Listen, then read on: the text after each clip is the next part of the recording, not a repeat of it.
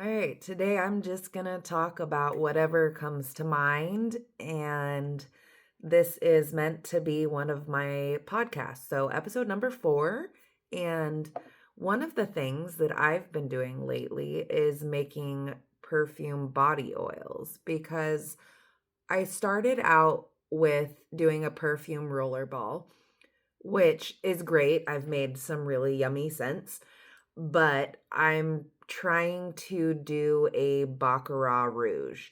And oh, goodness. Anyways, so I'm trying to do Baccarat Rouge and I want it to smell good. I want it to sit throughout the day. I want people to say, "Oh my gosh, is that Baccarat?" And me be like, no, I made that actually." Anyways, so I decided what better way to do that than a body oil that I can actually drop on throughout my body and then spray some of the perfumes that I'm doing too. So I also have, these are just my little, which version is this? So this is a Virginia Candle Supply one with Baccarat Rouge at 30%, and same with this, but this is a body oil. I use fractionated coconut oil and perfumer's alcohol. I do have an artisan perfumer's base that I also like, but I think I'm finding that the perfumer's base,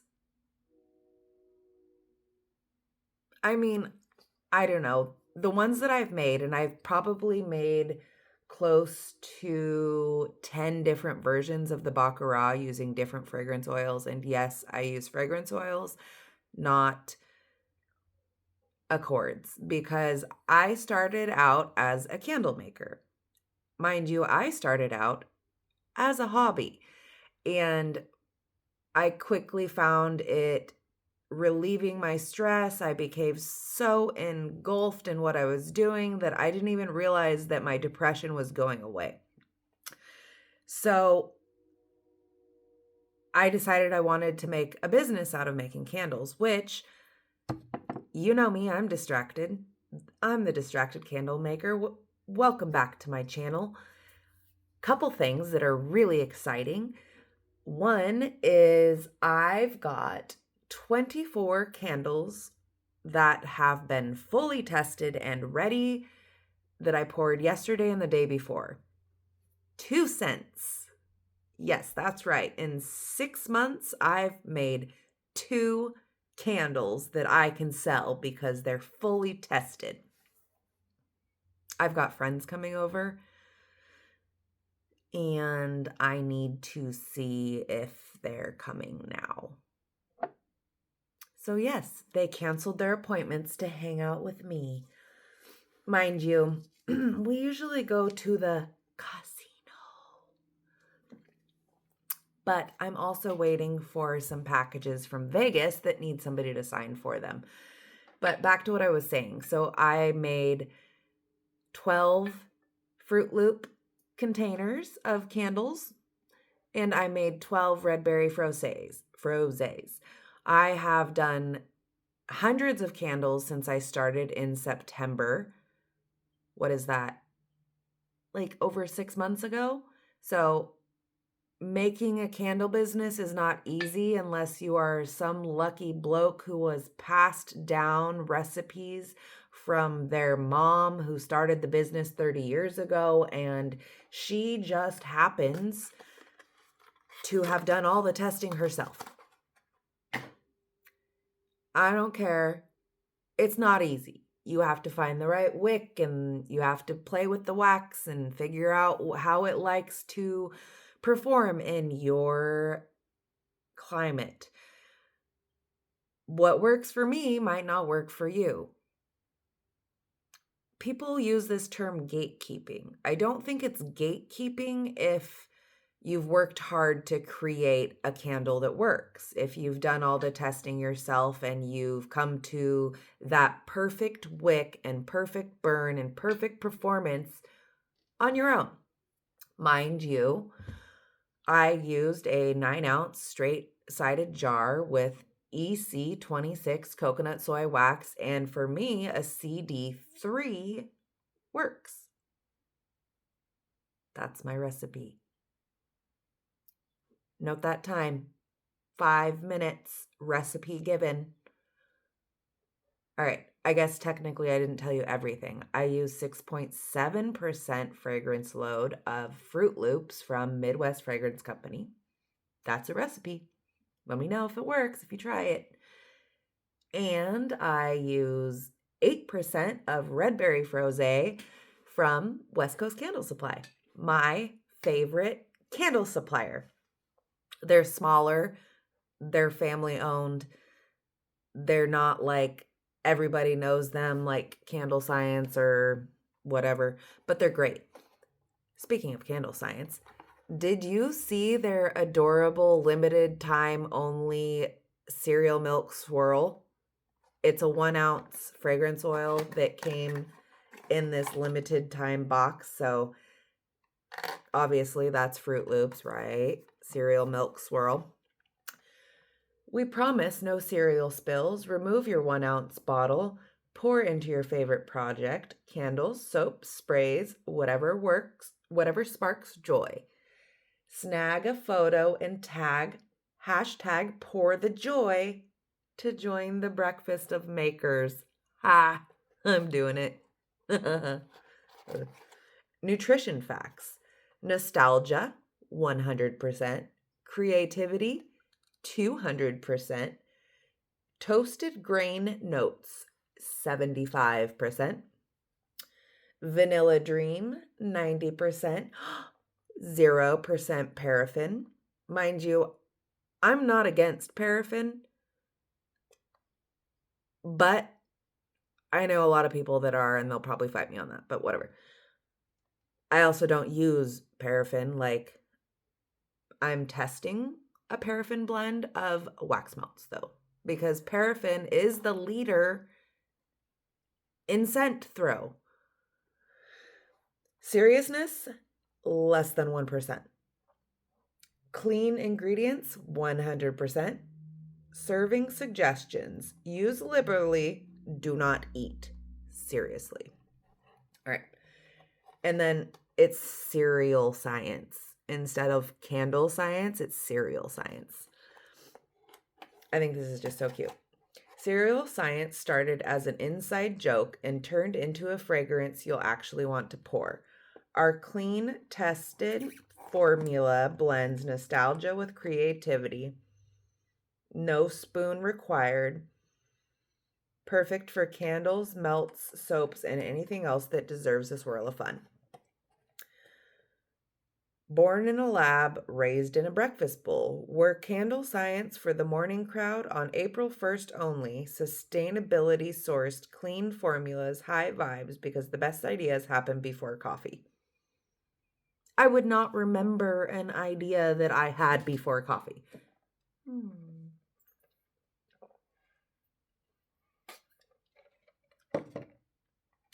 Smells like Saturday morning. Creamy milk, toasted grain, and nostalgia. Bottled for makers who don't take themselves too seriously. So this was a limited time thing. I think there was like 500 available. I don't remember. It smells good, but it does smell like cereal milk. But to me, it's not given that like wha-bam Fruit Loop smell. But I love it. And yeah, there was only 500 made. April 1st, 2026 drop. It is April 8th. Happy birthday, Andy, my friend Andy. If you ever see this, which I hope none of my friends and family ever watch my videos because, except for you guys are my friends. And somehow I have managed to get 36 subscribers. To me, that just blows my mind. I don't consider myself very interesting, but I am passionate about what I'm doing, and I am very excited to be on this journey. And I really hope that this ends up being something that people could just listen to as a podcast, because it's supposed to be episode number 4 of my podcast. And anyways, so if you're a subscriber of my channel, I would love to know why. I would love to know what video made you click subscribe. I love hearing your comments. There's another maker who's been following my channel, Hobbs something. Oh gosh, I'll have to look. But you know who you are. Thanks for following my channel. It's nice to see another maker. You recently commented asking about, I just made this one this morning. Anyways, you recently commented asking like what kind of container waxes I was using. And I've been using them all. So I use Soy 10 was the very first one I started with. And it's creamy, it's smooth, it's easy to work with, it smells great cold, it smells good hot. In fact, I'm burning one that I made when I first started. Hold on. So this one is literally one that I poured when I first started making candles. The labeling is all wrong. You know, it's not perfect. But anyways, so I made this one. Everything was from West Coast Candle Supply. It's a beechwood vetiver scent. I made it on October 31st, and the candle is a 14-ounce size candle, but obviously it's going to be less than that. I didn't know that yet. So, and then I used ultra core wicks, and at the time, everything was 12% because the wax had a max load of 12%. And I was one of those that did not believe you when you said that it does not have to be the max load to perform well. So anyways, Soy 10 is what I started with. Then I bought Golden Wax 464 from Midwest Fragrance Supply. That's a really nice wax too. If you don't mind the way that when 100% soy kind of like frosts and molts, gets kind of bumpy on top after burning, the scent throw is great, and it's 100% soy, so it's a really nice wax. Going back to Soy 10, that's also a 100% soy, but it does contain food grade paraffin in a very small amount, and that's what helps it to be so smooth. The candle I just showed you, when it finishes sitting, it will have a perfectly smooth top. It will not look like a 100% soy. So I guess technically Soy 10 is a soy blend, if you want to get literal. And then the third one I started using was Amazon, which I was told not to do. And it is a BW 924. It's a coconut apricot wax. I found out that you only had to cure them for like 3 days, and compared to soy that you have to wait 2 weeks, which feels impossible, I wanted to try that. And it had a good scent throw, and it was nice. It kind of had this like orange color. I'm looking at my shelf full of candles that I've created. Hold on just a sec. I decided to just grab a couple. So these are both the BW924. Both of them obviously are tunneling. So those ones were ones that I was testing, and you commented that there's way too much writing on them, and that's fine. But when I've got over 100 on a shelf, it's easy for me to just pick that candle up and see what it had going on. So for me, this works because in front of me are 40 Post-it notes, and I'm too distracted to look at any of them. So cold throw is great. This one I made on December 15th. It has an ultra core 1.450 wick with watermelon sugar from Brambleberry at,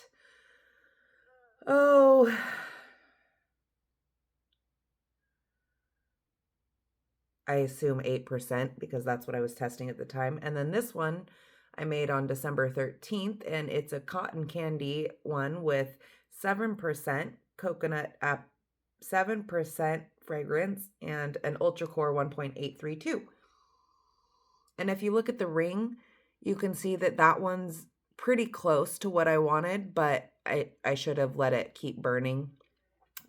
Anyways, so that's my coconut apricot that I used from BW924. That's blended wax. That's the brand 924, and it's a coconut apricot wax. Most recently, I've tried California Candle Supply's coconut apricot wax, and I really like that one too, but I've been focusing heavily on trying to get a good Baccarat Rouge fragrance. So because I'm testing that fragrance particularly for candles, like I'm focus, Gabby. Because I'm trying to get that scent, I went back to EC26, which if you watch my other video where I did an unboxing on Everwick Collective and the advent calendar they gave me, I also bought my first EC26 coconut soy wax from them. And when I say bought, they actually gave me like 43 pounds of it. And so I started using it and was having success with candles that I had never immediately had such good success with. So I bought more from Hive and Honey. And that EC26 coconut soy wax has a great hot throw, cold throw. It's working really well for me. But if you see my Tuato melters, I've actually got soy 10 cooking up again. So for container waxes, I've used soy 10, golden wax 464, BW 924 coconut apricot wax, EC26 coconut soy, and then most recently I also bought refined paraffin because I'm out of tart wax. But I've got 45 pounds of soy 464, 45 pounds of soy 10, 45 pounds of coconut apricot wax from California Candle Supply. I think that's it. And then there, I bought 10 pounds of refined paraffin because I was told at West Coast Candle Supply that if I mix in 20 to 30% of refined paraffin into my container wax, I'll leave that open-ended because there's multiple blends that I could create, but I've made a couple so far. I did a 20% paraffin with 464 and a 30% paraffin with the 464. And Baccarat Rouge, I poured 5 through 10% wax melts on those, and I also poured 3 different versions of Baccarat Rouge with that. So the one thing I will say is that both of them gave me that crisp snap that you need when you're making wax melts. I don't know if you've ever bought wax melts from a smaller company and gone to take it out of the package and had it just like smush all over your fingers, but that's not supposed to happen. With tart wax, you're supposed to be able to snap it, put it in the melter. That's it. But when that happens, that means that they've used a container wax, which is meant for containers, and it's soft and it's not meant to be handled. So like coconut soy, soy 10, those are soft, creamy waxes. Now, if you add in some paraffin, go ahead. Tell me about how much you hate paraffin in the comments below. It's okay. Paraffin will give it that snap and it will increase the hot throw. So now you're telling me I only had to buy 10 pounds of paraffin to mix with the 150 pounds of wax that I have, and I don't have to buy another 50 pounds of tart wax? Yes, I'm loving that. Oh, all right. Well, I hope that this is something that people could listen to on a podcast because this is my episode number 4 thoughts, distractions, perfume, candles, whatever. What would you guys like to see? What have you enjoyed? Why are you subscribing? And thank you. All 36 subscribers, thank you. All right, I watched this other person real quick and I love her to death, but I can't stand her ending to the videos. I can't stand it. So if you ever catch me doing something really cringy, please, besides the way my mouth goes, please let me know.